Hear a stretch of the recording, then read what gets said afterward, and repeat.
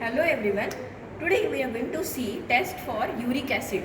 So uric acid is an excretory material in birds. So if you want to check whether the uric acid is present in your given urine sample or not, you can perform the test for presence of uric acid using ammonical silver nitrate, that is AgNO3, ammonical silver nitrate. So I have two urine samples. This is sample 1 and this is sample 2.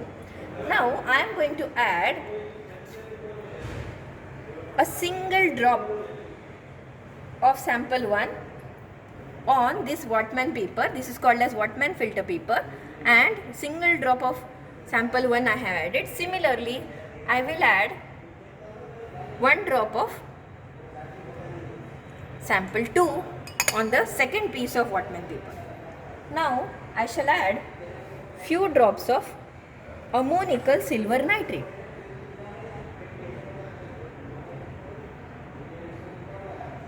And you can see the color of the second sample, the color of the second paper has changed into a brown color, which indicates the presence of uric acid in the given sample, whereas in case of sample 1 there is no color change on the Wattman paper, which indicates absence of the uric acid in the given sample. So sample 2 has uric acid.